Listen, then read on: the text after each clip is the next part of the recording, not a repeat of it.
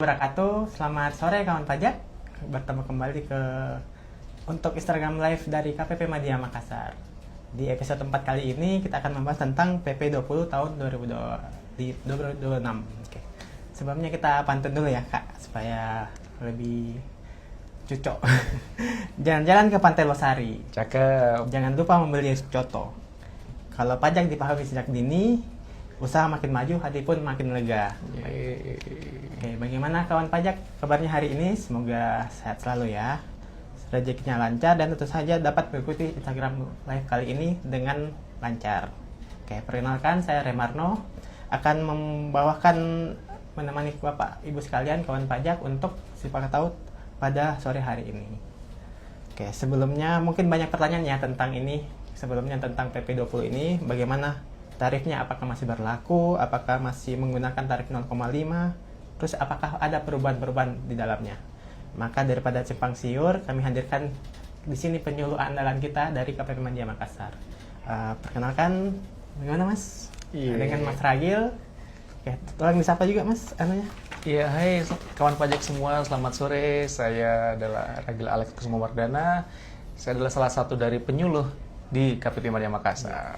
Bagaimana kabarnya Mas Ragil? Sehat? Iya, alhamdulillah sehat semua kawan pajak. Sehat. Saya juga berharapnya juga kawan pajak sehat semua ya Kak ya. Iya, sama-sama ya. Nah, semangat karena apa yang kita tunggu-tunggu sudah muncul ya. Setelah 2 tahun menunggu, akhirnya muncul PP 20 tahun 2026 ini. Oke, mungkin kita langsung saja.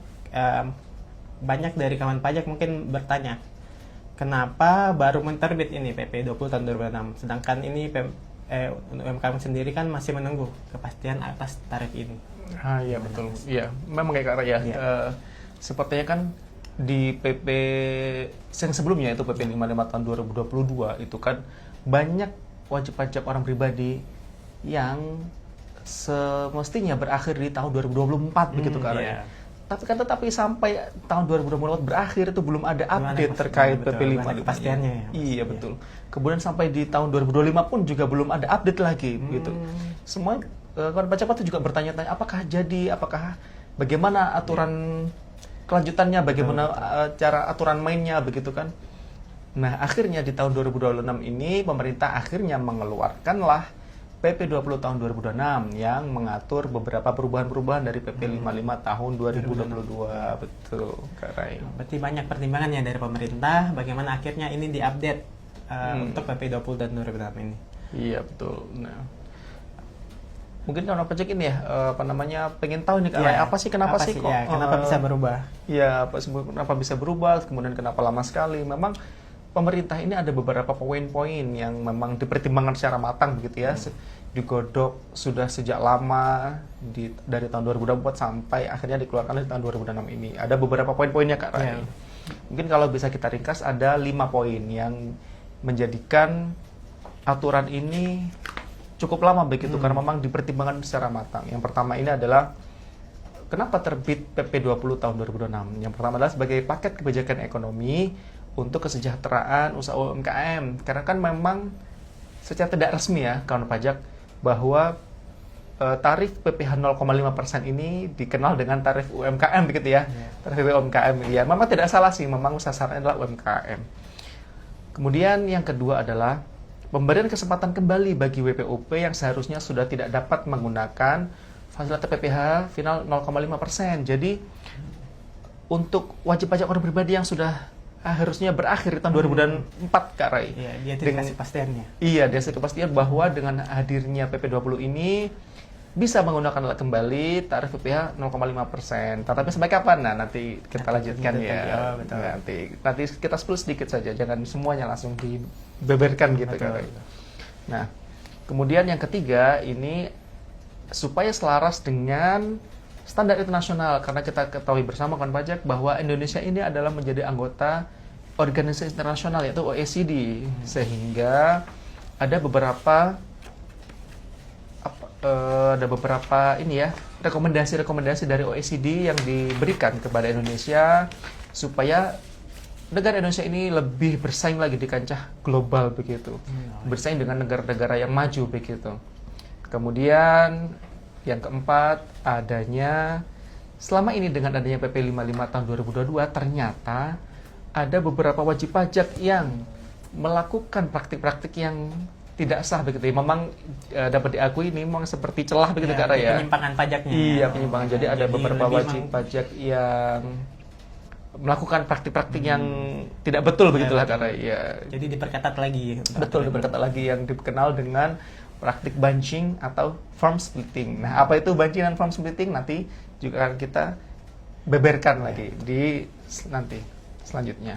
Nah, kemudian yang terakhir adalah diperlukan kebijakan yang lebih tepat untuk memudahkan dan melindungi para pelaku usaha sehingga benar-benar tarif PPh 0,5% ini dimanfaatkan oleh pelaku UMKM, bukan dimanfaatkan oleh pengusaha-pengusaha besar yang seharusnya sudah tidak bukan UMKM lagi gitu, tapi malah dengan berbagai cara menjadi UMKM. Jadi kan tentunya ini juga melindungi UMKM kita Kak Ray. Melihat hadap wajib pajak ya. Iya betul, melindungi wajib pajak yang sebagai UMKM. Ya, memang diberikan aturan supaya memang benar-benar ini digunakan oleh wajib pajak yang memang berhak sebagai pelaku UMKM. Begitu Kak Ray. Oke, berarti pemerintah dalam hal ini mempunyai banyak pertimbangan ya Mas untuk bagaimana penyesuaian atas aturan ini. Iya betul. Tadi Mas singgung tentang bouncing dan fermenting ya. Iya. Ini mungkin agak istilahnya agak baru yang kawan pajak dengar. Mungkin bisa diperjelas lagi Mas gimana Iya.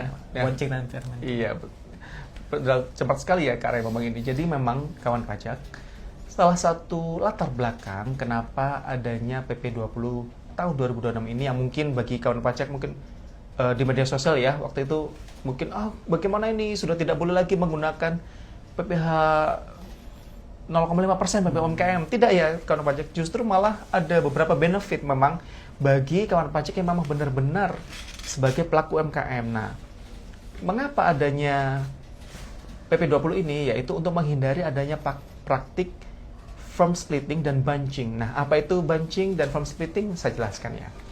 Jadi kalau di aturan yang lama itu kan memang tidak disebutkan adanya penggabungan omset atau seperti apa perhitungannya. Yang penting omset tidak sampai 4,8 miliar maka masih boleh menggunakan tarif PPh final 0,5%. Nah, sebagai akibatnya ternyata banyak wajib pajak ini yang melaporkan omsetnya itu di bawah 4,8. Jadi seakan menahan, ya. Betul. Tidak melebihi 4,8. Betul. Tidak melebihi 4,8 supaya tetap bisa 0,5%. memanfaatkan tarif 0,5%, betul Kak Ray. Nah, hal inilah yang dianggap tidak fair begitu ya oleh pemerintah. Yang memang seharusnya bagi pelaku usaha yang omsetnya lebih dari 4,8 miliar ya sudah seharusnya lah begitu aturan berlaku untuk naik kelas begitu lah Kak Ray untuk istilahnya ya. Nah, seperti itu kawan pajak. Nah, itu tadi praktik bunching. Terus ada juga dikenal dengan praktik firm splitting. Nah, apa itu firm splitting? Sebagaimana diketahui kawan pajak bersama ya, bahwa sebelumnya kan tidak ada pemisahan begitu Kak Ray.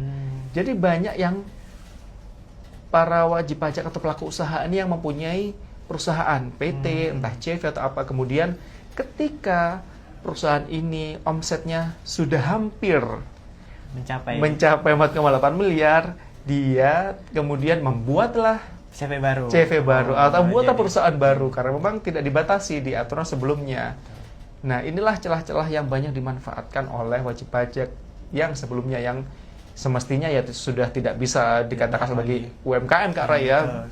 Bahkan menurut data dari statistik kantor pusat itu ada bahkan perusahaan-perusahaan yang mempunyai atau orang pribadi yang mempunyai lebih dari 51 perusahaan kawan pajak semua. Bayangkan demi menghindari 4,8 miliar ini ada wajib pajak yang sampai membuat lebih dari 51 perusahaan.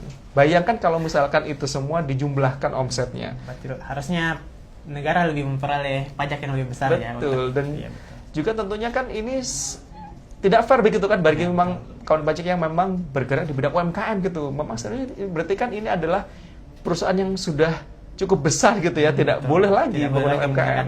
Iya. UMKM. Kalau seperti itu nanti UMKM bisa terkalahkan dong begitu oleh pengusaha-pengusaha besar ini, begitu Kak Ray. Jadi pemerintah dalam hal ini masih memastikan bahwa tarif ini benar-benar dinikmati oleh pelaku UMKM itu sendiri. Betul. Kalau dilihat dengan aturan baru dan aturan lama, sebenarnya poin-poin apa saja yang berbeda, Mas? Misalnya apa peraturan terbaru sehingga terbit aturan ini yang lebih jelas lagi peruntukannya untuk UMKM. Oke, baik kawan pajak. Jadi memang ya Kak Rai, PP 20 tahun 2020 ini bukanlah sebuah aturan yang baru ya, tapi hanya menyempurnakan atau merubah dari aturan yang sudah ada, yaitu yang PP 55 tahun 2022 sebelumnya. Jadi perubahannya apa saja? Yang pertama ada penambahan pada pasal 20A yang menyatakan bahwa biaya suap, gratifikasi, dan atau pemberian lain kepada pejabat publik itu bukan merupakan biaya 3M, yaitu mendapatkan, menagih, memelihara, sehingga tidak dapat digunakan sebagai pengurang penghasilan begitu, karena tidak dapat dibiayakan. Hal ini selaras dengan rekomendasi dari OECD. Tadi kan sudah disinggung ya bahwa PP 20 ini juga mengakomodasi rekomendasi dari OECD seperti itu kawan pajak. Nah, setelah itu ada lagi perubahan pada pasal 56 ayat 4 yang menyesuaikan jasa sehubungan dengan pekerjaan bebas yang dikecualikan dari pengenaan PPh final. Kalau dulu kan di PP 55 tidak disebutkan dengan detail begitu ya. Betul. Di PP 20 ini disebutkan dengan detail adanya pekerjaan bebas seperti influencer, selebgram, vlogger, dan lain sebagainya, dan lain sejenisnya, sehingga lebih jelas ya ketika ada orang yang berprofesi sebagai influencer, selebgram, vlogger, atau mungkin afiliator ya, kan sudah ngetren seperti yang saat ini, itu tidak bisa menggunakan tarif PPh final ini, karena itu termasuk pekerjaan bebas, begitu Kak Rai. Nah, setelah itu ada di pasal 57 ayat 1, ini yang merubah dari sebelumnya. Di 57 ayat 1 ini, yang sebelumnya ada perusahaan seperti PT, firma, CV, itu boleh memanfaatkan, BUMDes, itu boleh memanfaatkan tarif PPh 0,5%, di PP 20 ini tidak boleh lagi, karena yang boleh hanya untuk wajib pajak orang pribadi, kemudian PT perorangan atau PTOP, dan koperasi. Sehingga memang dirasa oleh pemerintah untuk tarif PPh 0,5% ini lebih tepat sasaran begitu, karena sepertinya untuk perusahaan-perusahaan yang untuk PT, CV yang memang sudah besar ya tidak semestinya lah menggunakan tarif 0,5% begitu. Nah, kemudian masih di pasal 57 ayat 57 di ayat 2 juga ditambahkan subjek yang dikecualikan dari PPh final 0,5%, yaitu ada PTOP yang dibentuk oleh BPOP yang menyerahkan jasa sejenis dengan jasa sehubungan dengan pekerjaan bebas. Jadi walaupun wajib pajak orang pribadi ini membuat PT perorangan, tetapi kalau ada pekerjaan bebasnya, ya kalau yang diserahkan adalah jasa sejenis dengan pekerjaan bebas, maka itu juga tidak boleh kawan pajak. Jadi bukan hanya orang pribadi saja yang jasanya juga ya, sebagai pekerjaan bebas, tapi kalau dia mendirikan PT dan yang diserahkan juga sama dengan pekerjaan bebas, maka tidak boleh juga, tidak boleh menggunakan. Jadi lebih fair ya. Hal ini juga untuk menghindari merubah orang pribadi yang memang melakukan pekerjaan bebas kemudian merubah usahanya menjadi bentuk badan begitu Kak Rai. Jadi supaya tidak lantas merubahlah saya rubah supaya eligible, tidak. Jadi itu juga dibatasi. Nah, setelah itu ada juga di pasal 58 dan ayat 1 dan ayat 2 tentang penyesuaian omset untuk menentukan wajib pajak yang berhak menggunakan PPh final 0,5% ini dengan menghitung keseluruhan omset baik dari pekerjaan bebas serta omset yang berasal dari luar negeri. Nah, seperti apa detailnya nanti coba kita ini ya diskusikan bareng-bareng Kak Rai.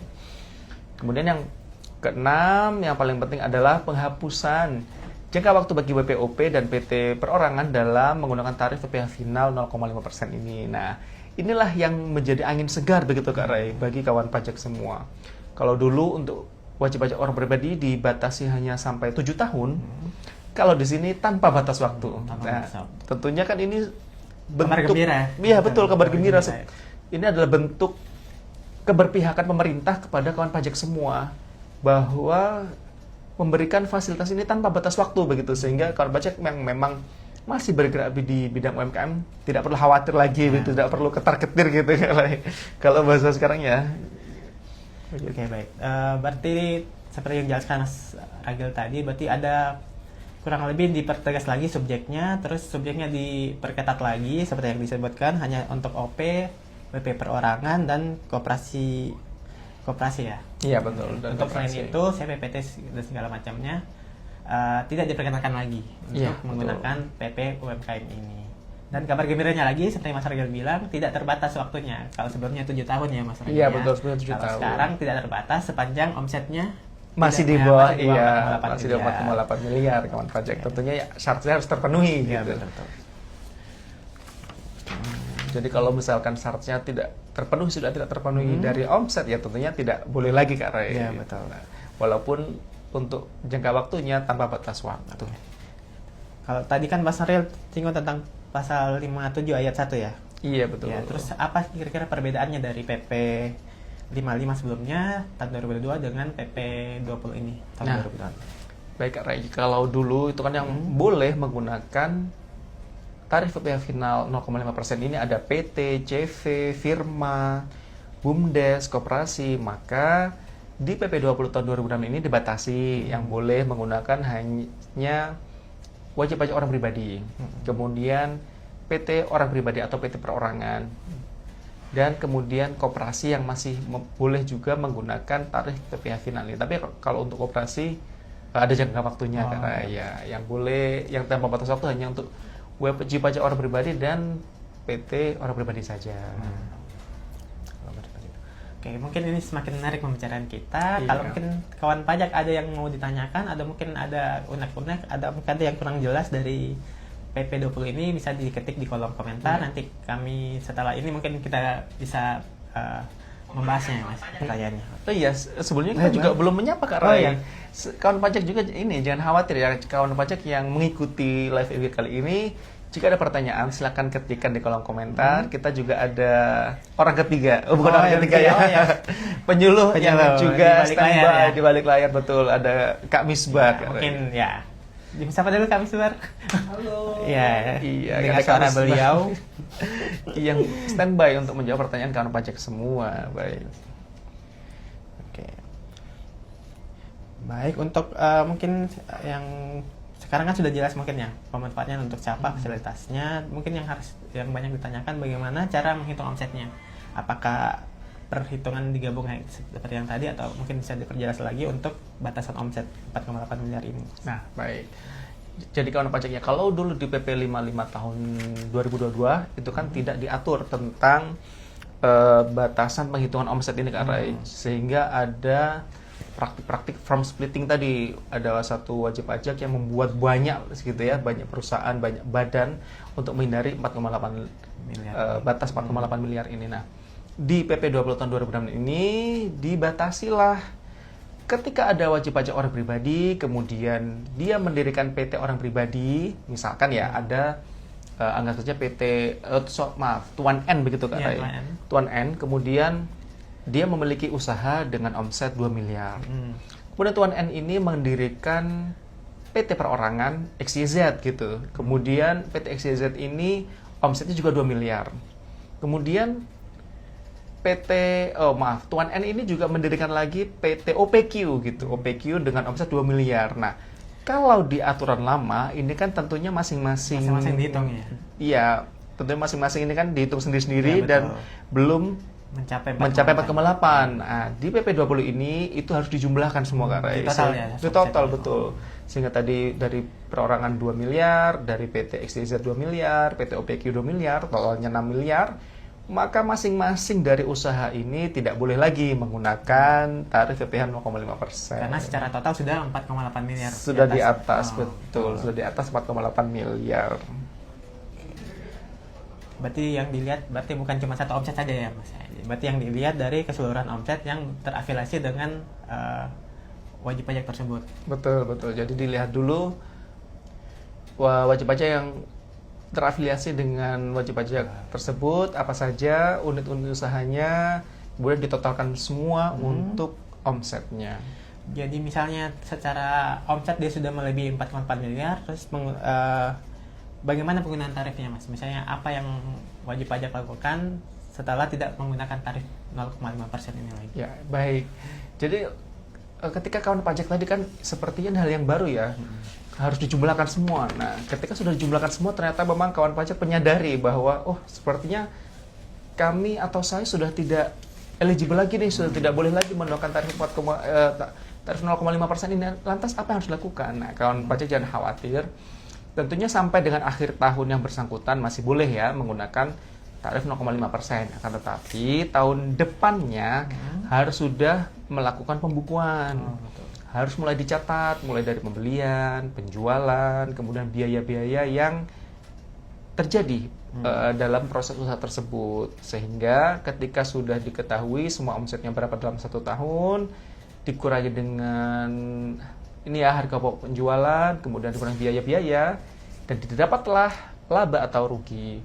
Ketika laba, maka dapatlah PPh badan. Jadi nanti diketahuilah dari laba tersebut PPh badannya sebesar 22%. Nah, tetapi yang perlu kawan pajak tahu ya, sebenarnya 22% ini bukanlah tarif pajak yang baru ya kawan pajak. Jadi kalau mungkin di media sosial banyak yang bilang, waduh, sepertinya pemerintah ini ya, pemerintah itu butuh uang banget. Tidak ya kawan pajak, no ya. Jadi sebenarnya justru untuk tarif 0,5% adalah hal yang baru. Jadi sejak dahulu kala itu justru malah tarif pajak yang normal itu adalah tarif pajak sesuai dengan perhitungan tersebut. Jadi tidak ada fasilitas tarif pajak 1%, 0,5% dan sebagainya. Dan justru dulu untuk tarif PPh badan itu pertama kali adalah 35% Kak Rai. Banyak sekali. Iya, yang cukup besar begitu kan. Justru kemudian malah semakin turun menjadi 30%, 26%, 25% hingga sekarang menjadi 22%. Nah, selain itu, untuk kawan pajak yang omsetnya masih di bawah 50 miliar, itu juga ada fasilitas dan masih ada fasilitas lagi Kak Rai dari pemerintah, yaitu dengan pengurangan tarif sebesar 50% dari tarif PPh badan, sehingga tarif efektifnya ya menjadi 11%. Dan perlu diingat ya kawan pajak, kalau mungkin mulai dari angkanya ini antara 11% dan 0,5% cukup jauh begitu ya, cukup besar begitu selisihnya. Tapi yang harus diingat adalah 0,5% itu adalah dari omset keseluruhan. Sedangkan 11% ini adalah dari laba saja. Kalau laba, kalau misalkan kawan pajak ternyata setelah dihitung mengalami kerugian, ya tentunya tidak ada PPh badan yang dihitung ya. Dihitung betul yang terutang begitu kan pajak. Oke, berarti menarik sekali bahwa secara keadilan sebenarnya bisa adil karena kalau pembukuan kan bisa dimaksudkan biaya-biaya lain-lainnya. Betul. Jadi mungkin malah bisa jadi lebih kecil pajaknya lebih dari seharusnya dari 0,5%. betul kan pajak. Baik, kita akan cek dulu ada pertanyaannya. Ya, Pak kalau punya penghasilan lain dari main saham, apa bisa digabung jadi omset atau gimana perlakuan pajaknya kakak? Oke, baik, mungkin saya langsung jawab saja ya Kak Raya. Jadi memang untuk trading saham, kalau misalkan dilihat dari volumenya itu kan mungkin sangat besar sekali Kak ya, sangat besar sekali, bisa jadi malah melebihi dari 4,8 dalam 1 tahun begitu. Nah, akan tetapi sebagai informasi saja bahwa trading saham ini juga sudah dikenakan PPh final atas transaksinya ya. Sehingga untuk trading dari saham ini bukan termasuk pekerjaan bebas atau bukan termasuk usaha, sehingga tidak perlu dimasukkan sebagai penjumlahan dari omset yang untuk 4,8 miliar. Iya, jadi coba diulang sekali lagi biar jelas. Oke, jadi ini ya, untuk lebih jelas lagi, karena trading saham itu kalau memang dilihat dari volumenya itu nilainya mungkin cukup besar ya kalau diakumulasikan dalam 1 tahun. Kan tetapi karena trading saham ini sudah sebenarnya ada PPh finalnya tersendiri, ini tidak perlu digabung menjadi agregat 4,8 miliar sehingga hanya dari usahanya saja. Gitu Kak Rai. Berarti dia sebenarnya saham kan termasuk finalnya Kak. Iya, ada jadi final sudah juga pajaknya, jadi tidak dimasuk juga di dalam omset untuk perhitungan 4,8 miliar ini. Oke, jadi misalnya ini mau lanjut lagi Mas atau boleh, silakan langsung.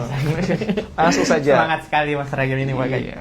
Misalnya penghasilannya kena PPh final, misalnya ada gedung sewa ataupun usaha lainnya, akan mendapat penghasilan dari pekerjaan bebas, bagaimana itu Mas Ragil? Iya. Total penghasilannya. Baik, kalau tadi kan seperti contoh yang awal itu hanya dari usaha semuanya ya. Ya, usaha Lantas semua. bagaimana kalau seperti tadi pertanyaan tadi kan, ada penghasilan lain yang bukan dari usaha, Ya. misalkan dari punya sewa gedung gitu, kemudian atau dari pekerjaan bebas. Nah, kalau mempunyai penghasilan dari sewa gedung, kemudian punya penghasilan dari pekerjaan bebas, maka ini juga harus dijumlahkan dulu Kak Ray. Betul. Iya. Jadi sebagai ilustrasi Kak Ray ya, ada Tuan Y. Tuan Y ini menyewakan gedung. Menyewakan gedung dengan nilai 2,5 miliar. Nah, tetapi kemudian Tuan Y ini juga mempunyai usaha. Dia berdagang alat-alat kebersihan yang kemudian omsetnya adalah 500 juta gitu Kak Ray. Nah, ketika digabung omsetnya tentunya tadi 2,5 miliar ditambah dengan 500 juta sehingga menjadi 3 miliar, masih di bawah 4,8 miliar. M, sehingga masih eligible, masih boleh. Masih bisa pakai PPh final. PPh final 0,5% untuk usahanya Kak Ray. Ya, betul. Kalau untuk sewa gedungnya sendiri ya PPh Sendiri, finalnya betul. ya 10%. Nah, kemudian ada lagi contoh lagi, misalkan ada Ibu V. Ibu V ini dia adalah sebagai agen asuransi. Agen asuransi, dia mempunyai penghasilan itu sebesar 4,5 miliar katakanlah Kak Ray. 4,5 miliar ya dari untuk agen asuransinya ini. Kemudian Ibu V ini juga mempunyai usaha di bidang bakery. Nah, ketika usaha atau catering lah, catering. Ibu V ini punya usaha di bidang catering dengan omset 500 juta. Nah, kalau dilihat kan kalau dari usahanya sendiri hanya 500 juta, tentunya masih jauh dong dari 4,8 miliar. Tetapi karena Ibu V ini punya penghasilan dari pekerjaan bebas sebagai agen asuransi 4,5 miliar, jumlahkanlah dulu. Di total. Iya, di total. Ternyata 4,5 miliar ditambah 500 juta, totalnya adalah 5 miliar. Sehingga ini sudah melebihi 4,8 M. Jadi atas usahanya tidak boleh lagi menggunakan tarif 0,5%. Berarti kawan pajak juga berarti harus diperhatikan lagi ya total penghasilan yang diperoleh Betul. dengan menggabungkan dengan yang sesuai syarat yang tadi yang Mas Ragil bilang. Iya, Apakah betul. bisa menggunakan tarif PP 0,5 atau tidak. Jadi kalau bagaimana dalam penghasilan dalam satu keluarga Mas Ragil, misalnya dalam satu keluarga ada penghasilan, apakah itu perlu dijumlahkan atau gimana? Nah, betul. Baik, jadi kan memang dalam satu keluarga ini masih dihitung sebagai satu kesatuan ekonomi ya kawan pajak ya. Jadi ini perlu dihitung juga untuk penghasilannya sebagai untuk menentukan apakah masih boleh atau tidak menggunakan tarif 0,5%. Nah, ilustrasi seperti ini. Ada seorang suami ini bekerja sebagai notaris, berarti kan pekerjaan bebas ya kawan pajak. Dengan penghasilan 3M, tentunya atas penghasilan dari notaris ini tidak boleh menggunakan 0,5% ya, karena memang pekerjaan bebas. Kemudian istrinya mempunyai usaha butik migun mungkin gitu ya. Butik migun. Ini dengan omsetnya 2M. Kemudian ada, jadi kan masih 2M ya, masih di bawah lah, di bawah 4,8 miliar. Kemudian keluarga ini juga mempunyai anak yang masih di bawah umur, bukan di bawah umur ya, yang belum dewasa lah. Yang belum dewasa dan mempunyai penghasilan dari menyanyi. Dan penghasilannya adalah 500 juta. Nah, tentunya sebagai penyanyi ini kan juga pekerjaan bebas kawan pajak. Ketika dijumlahkan, totalnya adalah 5,5 miliar. Tadi kan 3 miliar, ditambahkan 2, 5 miliar. Tambahkan lagi 500 juta, sehingga 5,5 miliar. Nah, jadi ketika sudah dijumlah adalah 5 miliar, dan omset dari butiknya tadi hanya 2 miliar, tentunya atas omset dari butik ini sudah tidak boleh lagi Kak Ray. Oh, betul. Tidak boleh lagi menggunakan tarif 0,5%, sehingga harus menggunakan tarif PPh normal pasal 17 seperti itu. Jadi harus dijumlahkan semua dalam satu kesatuan ekonomis. Oke, luar biasa sekali pembahasan materi kita kali ini ya Mas Ragil ya. Berarti tentang PP20, semoga bermanfaat untuk kawan pajak semua. Mungkin kakak ada kak admin? Ini belum. Oh ya. Oke, Mas Ragil. Ya. Oke. Tadi kan satu kesatuan. Jadi misalnya ada yang punya penghasilan bebas lainnya, maka perlu jumlahkan dulu ya Mas. Iya betul. Nah, Tetapi ini ya kawan pajak, kalau tadi kan ilustrasinya dari usaha ya dengan banyak itu sudah begitu Rai. Kemudian dari pekerjaan bebas juga sudah, kemudian dalam satu keluarga juga sudah. Ya. Nah, lantas kemudian bagaimana kalau ternyata penghasilannya ini bukan dari pekerjaan bebas atau bukan dari usaha, yaitu dari pegawai? Apakah dari juga pegawai. ya? Betul. Nah, ternyata kalau penghasilan ini dari pekerjaan atau sebagai dari ini ya gaji dari pegawai, ternyata tidak dijumlahkan kawan pajak.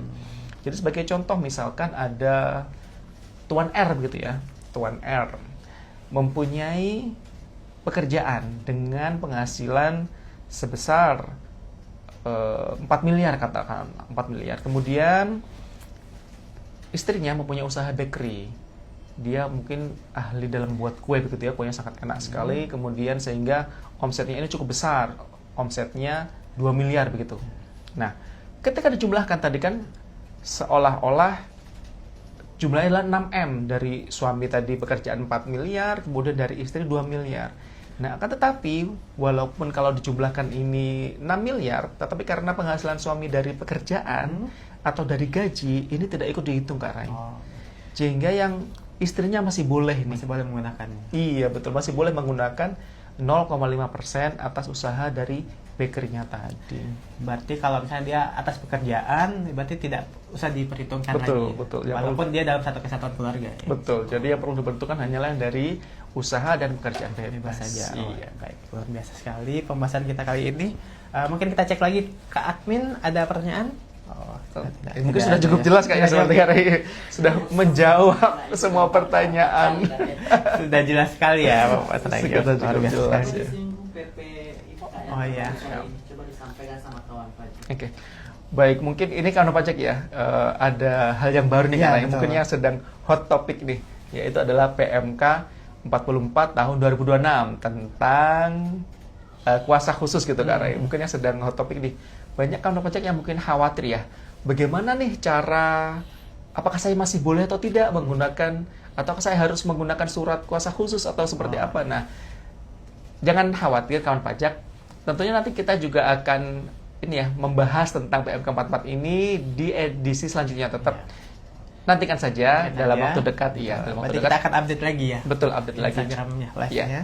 Cuman yang mungkin bisa kita spill sedikit Ya, itu kan yang itu Mas Ragil. iya, yang bisa kita spill itu kan yang ramai adalah bagaimana cara memperoleh SKT nih Kak Rai. Selain konsultan ya, konsultan, Iya. wajib pajak sendiri, dan ada SKT. Ya, selain keluarga juga, Iya, betul. yaitu kan ada pihak lainnya, yaitu memerlukan SKT atau surat Gimana keterangan itu? terdaftar. Nah, tentunya SKT atau surat keterangan terdaftar ini berbeda ya, berbeda dengan SKT NPWP yang ada di Kortex atau yang ada di Jabi. Sehingga ini nanti ada yang mengeluarkan SKT untuk bisa mewakili ini adalah DJS PSK kalau nggak Oh, salah. DJS. Iya.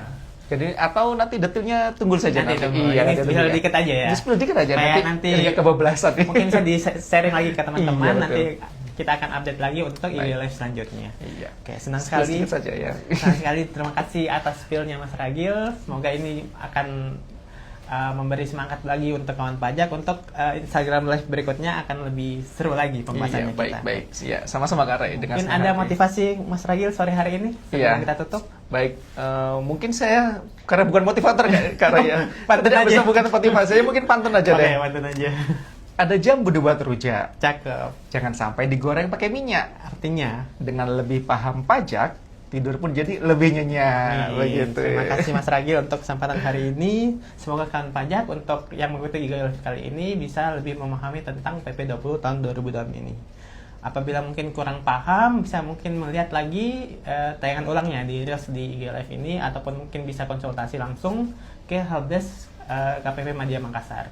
Kami juga ada WhatsApp ya, WhatsApp, Oh iya, ada WhatsApp. konsultasi Betul, betul. di SIPKINGA untuk wajib pajak KPP Madya Makassar. Selalu juga ingatkan untuk selalu cek lagi update dari Instagram pajak MKS Pajak Madya Makassar ini, karena akan ada pembahasan seru lainnya untuk Instagram live berikutnya.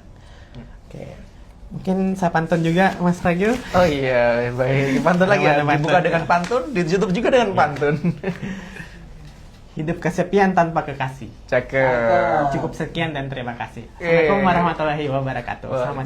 Selamat siang, kawan pajak. Selamat sore. Kawan pajak semua, semoga sehat Dadah. selalu.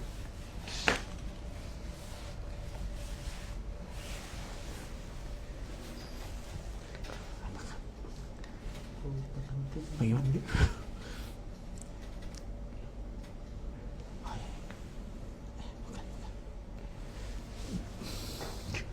Bagaimana? Bagaimana kasih sos?